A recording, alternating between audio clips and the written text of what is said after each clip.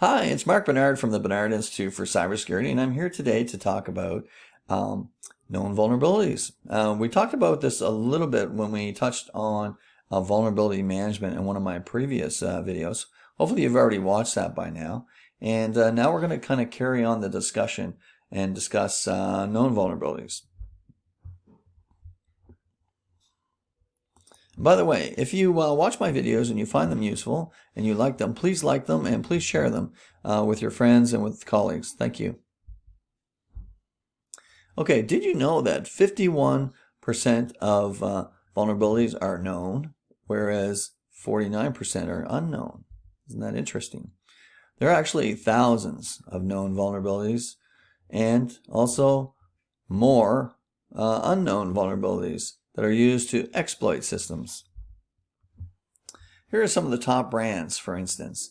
So I went to the Common Vulnerability and Exposure database and I downloaded some of the vulnerabilities from there for some of the major applications so that you can kind of get a sense or a perspective on where the threats and vulnerabilities actually are and what popular tools have the most vulnerabilities built into them. Unfortunately, you can see Microsoft, Apple, Oracle, IBM, Cisco, Linux, they all have massive amounts of vulnerabilities. Microsoft in particular, and everybody uses Microsoft Office, Office 365.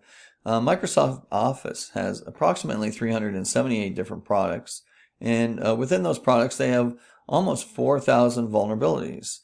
And in addition to that, there's over 184 exploits that have been published.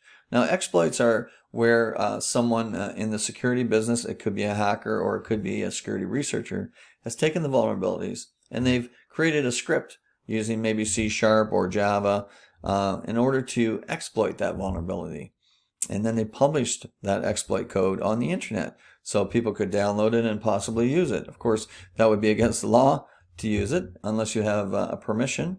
And usually when you're testing security of other companies, you need a letter from their CEO or their legal department that says that you are approved to test their security.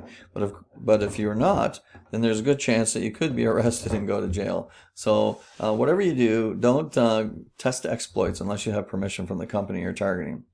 Apple, another very popular product, as you know, over 100 different products within Apple, and 2,284 vulnerabilities so far that have been registered with 45 exploits. Oracle. People may not know that as well, but certainly in enterprises where they have enterprise planning and resource system, or where they're running Oracle e-business suite, for instance, to manage the finance department, they know about this product. This brand has 241 products and 2,258 vulnerabilities with many exploits. Again, 23 exploits.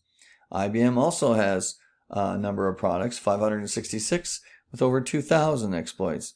And the list goes on and on. So you'll probably see some of the products that you use in this list. And these are known. So when they're known, what happens is anti-malware organizations like McAfee or Symantec or what have you, or Malwarebytes, they develop code that can detect the packets. So when they see the packets coming into the network and they see that it's following a certain pattern, then they automatically know that it's a threat or a vulnerability that's being exploited. And conversely, of course, most of these brand names, when they have a vulnerability that is published, they patch it right away. So a lot of these things are patched. It's the unknown ones that usually get exploited. But we have seen where patches that are available for vulnerabilities have been available for installation, but organizations have not installed them. Like we look at Equifax, for instance, they had a patch all ready to resolve a known vulnerability, and yet they didn't implement it. And of course, that cost them so far $760 million. Okay, so that's coming from the CVE database, that information.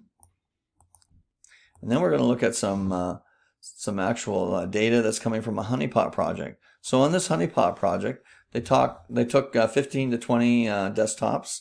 They plugged them into the internet, and then they load them with different types of configurations. Some are running Windows, some are running Linux, some have Office, some are using maybe Open Office. They're all different configurations for each of them. And the idea is to allow hackers to try and infiltrate those devices and then capture and record the information that you gather, the intelligence, we call it threat intelligence, that you see when this process is going on.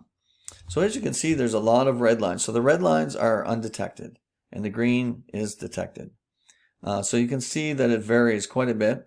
This has been run over 30 days and it's run over probably a month or two in order to be able to aggregate this information and come up with some good solid averages.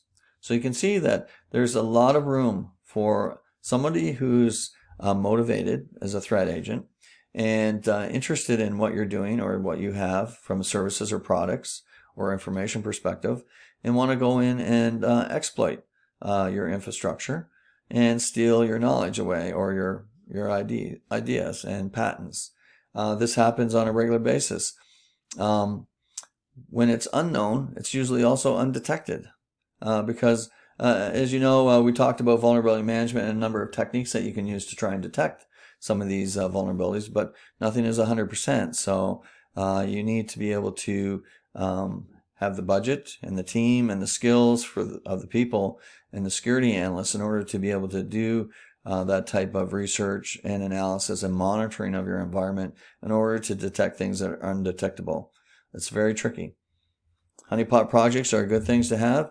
If you have the budget, you can set up a honeypot in your demilitarized zone just outside your primary firewall, and you can certainly leave it unpatched a little bit so that the threat agents don't understand that this is a honeypot. They think that it's a live system, and then you can monitor what they do with a product like Splunk, for instance, or QRadar, and you can learn from what the threat agents are doing, and then you can use that intelligence to firm up and harden your systems further. So here you go. Here are the known vulnerabilities. I wanted to make sure that I did publish a little video on this to help people to understand what those look like, and they vary to a great degree. Sometimes it's a very common problem with the software. Sometimes it's not. Sometimes it's very unique to the type of software and the way that it's been designed or architected. Sometimes it has something to do with the type of coding that they're using. Maybe they're using Java, and Java has some known defects. Maybe it's the architecture and the way that they've designed their system. Maybe they're using C#, and maybe C#, there's some specific techniques on how you develop applications using C#, and maybe they varied away from their standards and created an opportunity where there's a hole or a backdoor or a Trojan.